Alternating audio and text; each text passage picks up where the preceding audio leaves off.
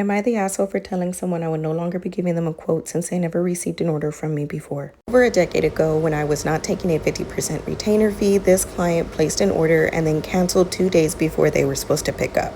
Lesson learned, and I never worked on orders again without taking payment first. Almost a year later, they reach out again and I send them a quote along with the payment schedule. They said that they would be making payment in the next day, then payment never came 2 days later, and so I went ahead and I canceled the quote. A few months later, they reached out again and the same thing happened. They asked for a quote, I gave it, and then I ended up having to cancel it. A few years go by before I hear from them again, and they text me asking for a quote. I explain that I no longer do quotes by text message and direct them to my website. They submit the inquiry, I give them a quote, and then they text me asking if I can change something on the quote. I told them yes, and if they had any more questions to email me because I no longer use my personal phone number for business. I send them the quote and we're not surprised they didn't make payment and it got canceled. Several months later, they send me another text message asking for a quote and I blocked them. I didn't even respond. And they submitted an inquiry on my website. I sent them a quote. There's no way for me to block somebody on my website, but I should have just ignored the request. The next time they reached out, I told them I wasn't the baker for them and I wouldn't be giving them a quote because they never placed an order with any of the other inquiries. They said that they would no longer be wasting their time on a business that isn't willing to give out quotes and then ask for a recommended bakers list. I ignored the email because I'm not putting anybody else through that. So am I the asshole?